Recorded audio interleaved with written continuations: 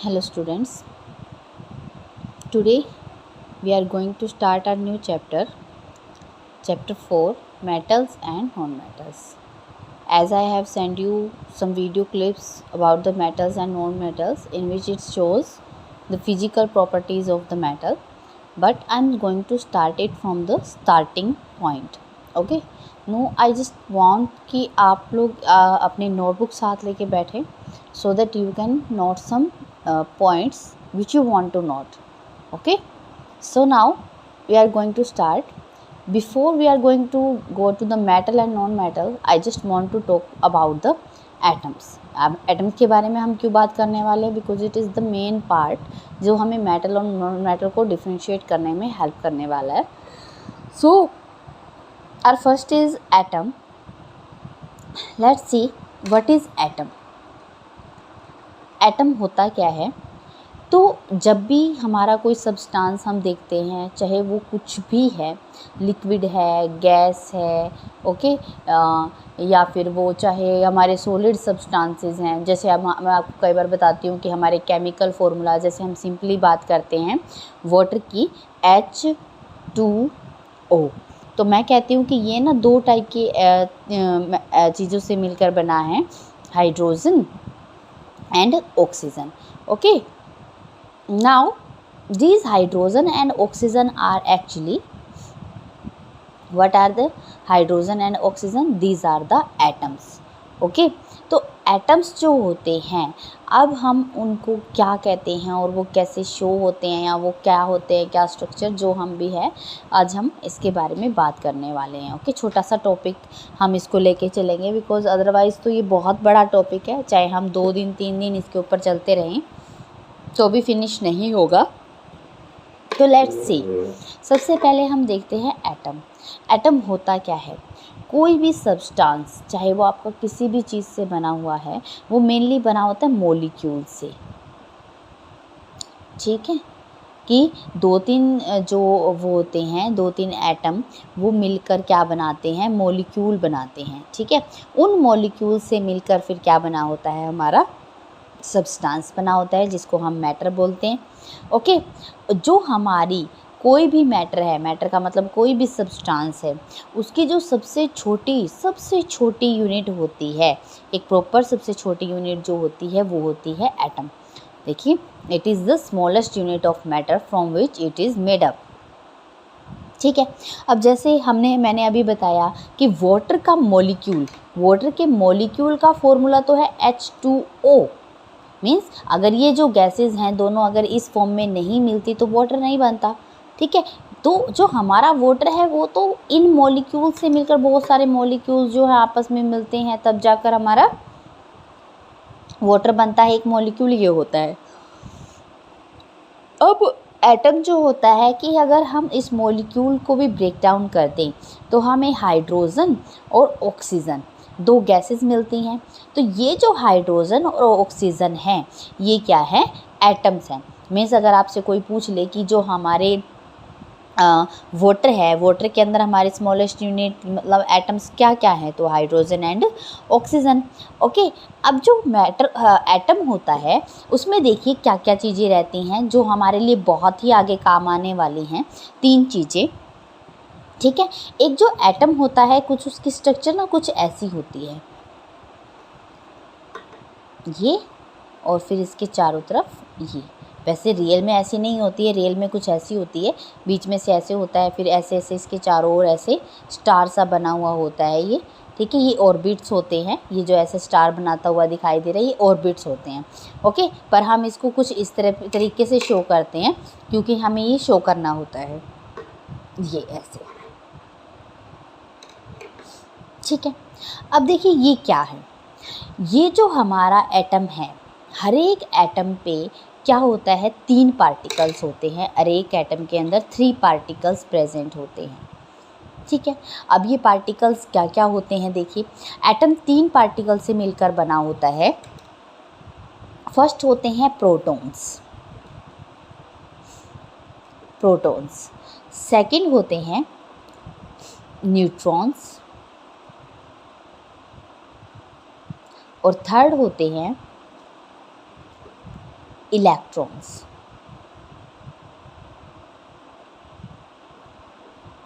Okay, जो protons होते हैं उनके ऊपर हमेशा पॉजिटिव चार्ज रहता है, न्यूट्रॉन के ऊपर कोई भी चार्ज नहीं होता है और इलेक्ट्रॉन्स के ऊपर हमेशा नेगेटिव चार्ज होता है। ओके, अब जो प्रोटॉन्स होते हैं, प्रोटॉन्स जो होते हैं और न्यूट्रॉन्स जो होते हैं वो क्या होते हैं, हमेशा एटम के सेंटर में प्रेजेंट होते हैं, एटम के सेंटर में। जिन पे मैंने पॉजिटिव चार्ज लगाया वो प्रोटॉन्स हैं और जिनको मैंने सिर्फ खाली लिख दिया वो क्या है, न्यूट्रॉन्स हैं। ठीक है, किसी भी एटम के अंदर, कोई भी एटम है उसके अंदर equal number of proton and electrons होते हैं और जितने प्रोटॉन हैं जितने इलेक्ट्रॉन हैं उतने ही न्यूट्रॉन भी होते हैं। ठीक है, और वो हम डिसाइड कैसे करते हैं, एक मैं टेबल आपको सेंड करूँगी, पीरियोडिक टेबल। उसमें देखिए, उसमें क्या लिखा होता है, कुछ ऐसे लिखा होता है। सबसे पहले आपको मिलेगा H, हाइड्रोजन, उसके ऊपर लिखा मिलेगा आपको 1। फिर उसके नीचे मिलता है आपको उसका मास, मास लिखा होगा यहाँ पर इस पॉइंट पर। ये होता है H, हाइड्रोजन का सिंबल। ठीक है, ये होता है एटॉमिक नंबर। एटॉमिक नंबर से आप पता लगा सकते हो कि इसके अंदर number of protons, number of electrons, number of neutrons कितने होते हैं। ओके, अब देखिए जो हमारा हाइड्रोजन है उसके अंदर प्रोटॉन, न्यूट्रॉन, इलेक्ट्रॉन, मीन्स हर एक एटम के अंदर जितने प्रोटॉन हैं उतने ही न्यूट्रॉन और उतने ही इलेक्ट्रॉन भी प्रेजेंट होते हैं। सेम नंबर ऑफ, तीनों पार्टिकल सेम नंबर के होते हैं। ठीक है, जो ये बीच वाला पार्ट है इसके अंदर हमेशा प्रोटॉन और न्यूट्रॉन रहते हैं, means equal number of proton and equal number of zero charge, और इसे कहा जाता है nucleus.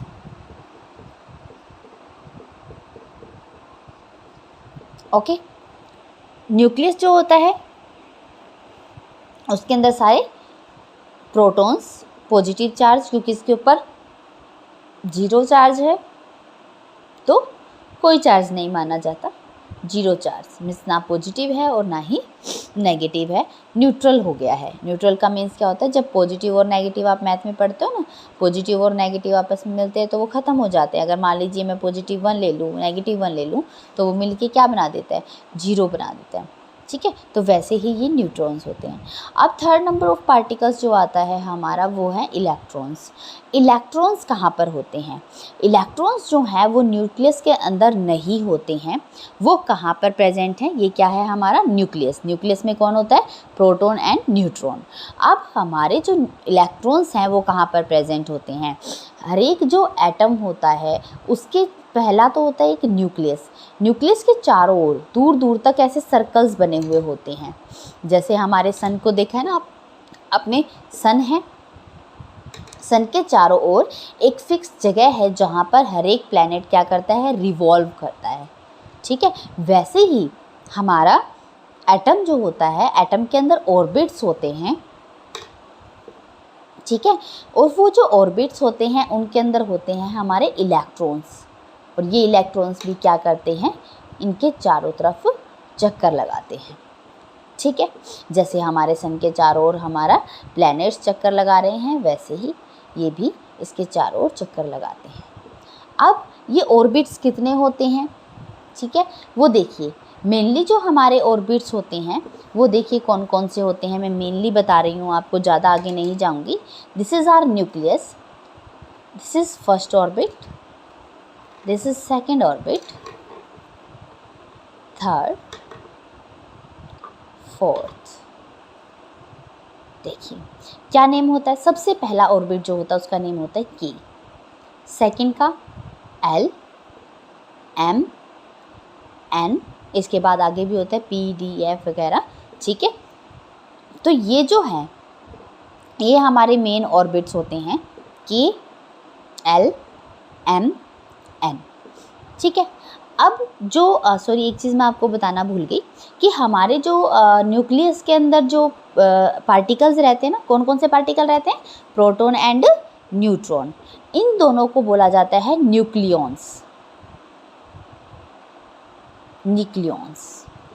Okay, proton and neutron को कलेक्टिवली क्या बोला जाता है, न्यूक्लियॉन्स। अब देखिए हमारा जो एटम है, एटम के अंदर न्यूक्लियस है, न्यूक्लियस के चारों ओर जो ऑर्बिट्स होते हैं, ऑर्बिट के अंदर किस ऑर्बिट के अंदर कितने इलेक्ट्रॉन आते हैं वो क्या होता है, फिक्स होता है। जो हमारा फर्स्ट ऑर्बिट होता है उसके अंदर हमेशा 2 ही इलेक्ट्रॉन्स आ सकते हैं, इससे ज़्यादा इलेक्ट्रॉन वहाँ पर नहीं आ सकते हैं। दूसरा जो हमारा ऑर्बिट होता है उसके अंदर आ सकते हैं 8। ठीक है। इसके बाद जो थर्ड हमारा ऑर्बिट होता है उसके अंदर आ सकते हैं 18। ओके। अब देखिए, अब आप कहेंगे कि मैम ऐसे तो आगे बहुत सारे ऑर्बिट चलते जाएंगे, हम नाम तो याद कर लेंगे पर नंबर ऑफ़ इलेक्ट्रॉन्स कैसे याद करें कि किस ऑर्बिट में कितने इलेक्ट्रॉन्स रहते हैं। तो उसका भी हमारे पास फॉर्मूला है। हर एक ऑर्बिट के अंदर 2n स्क्वायर नंबर ऑफ क्या रहते हैं, इलेक्ट्रॉन्स रहते हैं। अब ये 2n स्क्वायर देखिए क्या है, 2 का मतलब तो सिंपल है हमारा 2। n क्या होता है, देखिए n है नंबर ऑफ ऑर्बिट। कौन सा ऑर्बिट है, फर्स्ट ऑर्बिट। मान लीजिए फर्स्ट ऑर्बिट है तो 1 स्क्वायर मीन्स 2 इलेक्ट्रॉन्स। फिर इसके बाद मान लीजिए मैं फोर्थ के बारे में बात करती हूँ, n के बारे में, तो 2 4 स्क्वायर, 4 4 जा 16, 2 इंटू 16 मीन्स 32। तो मीन्स n में कितने आएंगे, 32। ऐसे ही आगे हम निकाल सकते हैं नंबर ऑफ ऑर्बिट डाल के कि उसके अंदर कितने नंबर ऑफ इलेक्ट्रॉन्स होंगे। ठीक है। तो ये हैं हमारे K, L, M and N orbits. ठीक है। ये बस मैं आज आपको इतना ही बता रही हूँ, इससे ज़्यादा हम नहीं करेंगे क्योंकि बिल्कुल न्यू टॉपिक है और मैं नहीं चाहती कि इसमें बिल्कुल भी आप होज-पोज होंगे। तो देखिए दोबारा से हम करेंगे कि एटम क्या होता है। एटम जो होता है कोई भी सब्सटेंस है, कोई भी हमारा छोटे से छोटा सब्सटेंस है, चाहे वो H2O, CO2, ठीक है, या फिर जो हम ग्लूकोज की बात करते हैं C6H12O6, उसके अंदर सभी मॉलिक्यूल्स या सभी मैटर जो होते हैं बहुत छोटे छोटे पार्टिकल से, बहुत छोटे छोटे सब्सटेंस से मिलकर बना होता है। और उस जो हमारा सबसे छोटा पार्टिकल होता है, सबसे स्मॉलेस्ट यूनिट होती है किसी भी मैटर की, उसको क्या कहा जाता है, एटम कहा जाता है। एटम जो होता है उसके अंदर मेनली 3 पार्टिकल्स होते हैं, proton, neutron and electrons. Proton हमेशा पॉजिटिवली चार्ज होते हैं, इलेक्ट्रॉन नेगेटिवली चार्ज होते हैं, न्यूट्रॉन पे हमेशा 0 चार्ज रहता है because it have both charge, positive and negative, equal number of charge है तो ये कैंसिल आउट हो जाता है। ठीक है। इसके बाद है कि प्रोटॉन और न्यूट्रॉन जो होते हैं वो हमारे मिडल में रहते हैं, जिसको हम न्यूक्लियस कहते हैं। इसका नेम होता है न्यूक्लियस।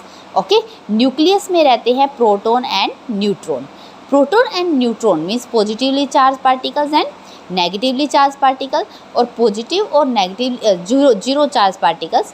तो प्रोटॉन और न्यूट्रॉन को कलेक्टिवली क्या कहा जाता है, न्यूक्लियॉन्स कहा जाता है। मीन्स आप कह सकते हो कि न्यूक्लियस के पार्टिकल्स क्या है, न्यूक्लियॉन्स है।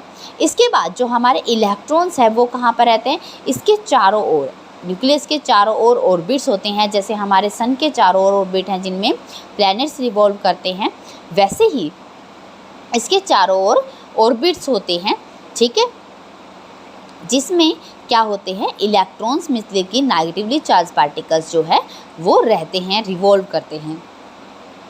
अब देखिए ये जो हमारा एटम का पहला स्ट्रक्चर है ये दिया था जो डाल्टन थे उन्होंने दिया था, पर एक्चुअल में एटम के बारे में सबसे पहले एटम के बारे में जो बताया था वो एक ऋषि थे, ऋषि काथार, पता नहीं ऐसा कुछ नाम था उनका।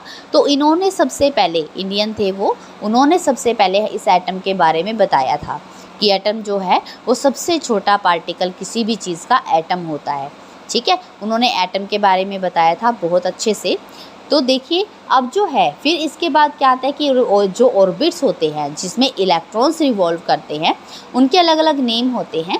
सबसे पहला जो ऑर्बिट होता है nearest one two the nucleus is के orbit, L M N.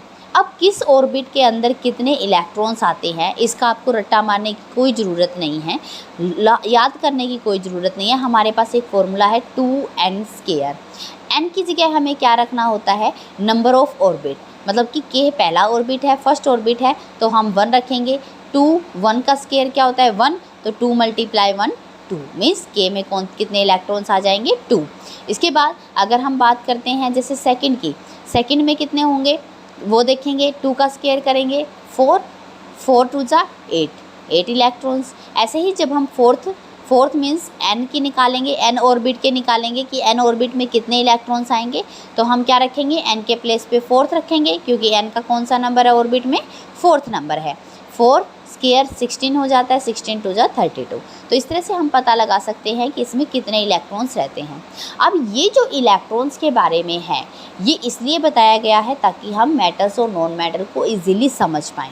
Okay students, अगर इसके बारे में कोई भी डाउट है तो हम जब नेक्स्ट हमारी ऑनलाइन क्लास होगी तब हम उसके बारे में ज़रूर डिस्कस करेंगे। तो उसके लिए आपको ये वीडियो ध्यान से देखना है और जो आप नोट करना चाहो वो नोट कर सकते हो। Okay bye students.